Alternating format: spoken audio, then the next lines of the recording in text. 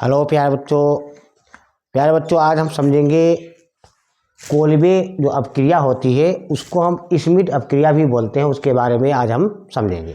तो बताने से पहले आप लोग लाइक सब्सक्राइब और कमेंट जरूर कीजिए। तो कोलबे अपक्रिया या स्मिट अपक्रिया एक ही बात है। तो इसमें फिनाल की सोडियम हाइड्रोक्साइड के, अब इसमें होता क्या, इसमें हम एक रिंग बनाते हैं, जिसे हमारा ये रिंग बना हुआ है और इस रिंग में अब से फिनाल होता है तो फिनाल का सूत्र होता है C6H5OH। तो इसमें सोडियम, अब इसको रिंग इसलिए बनाते हैं कि इसमें एक फैली रिंग होती है, रिंग की तरह होती है, इसलिए इसके रिंग में हम बनाते हैं।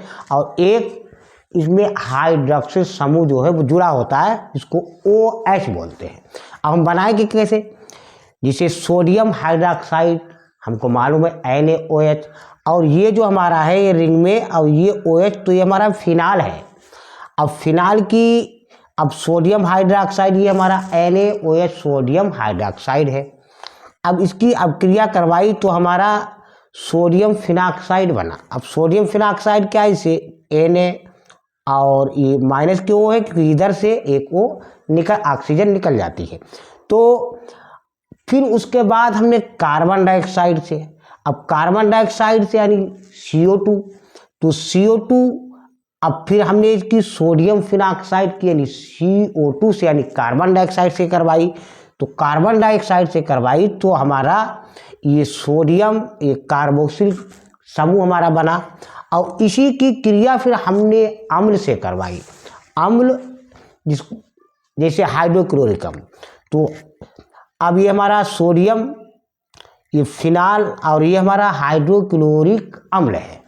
अब इस हाइड्रोक्लोरिक अम्ल की जब हमने क्रिया करवाई तो हमारा सैलिसिलिक अम्ल बना। सैलिसिलिक एक एसिड होता है जो हमारा ये हमारा बना।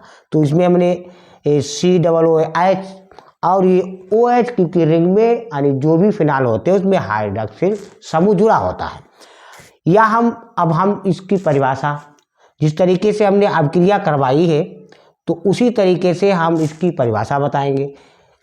अब हमने यहाँ सोडियम हाइड्रोक्साइड की करवाई थी, तो फिनाल की यानी कोलबे विद फिनाल की सोडियम हाइड्रोक्साइड की क्रिया कराने पर सोडियम फिनॉक्साइड, तो हमारा सोडियम फिनॉक्साइड प्राप्त हुआ, बनता है।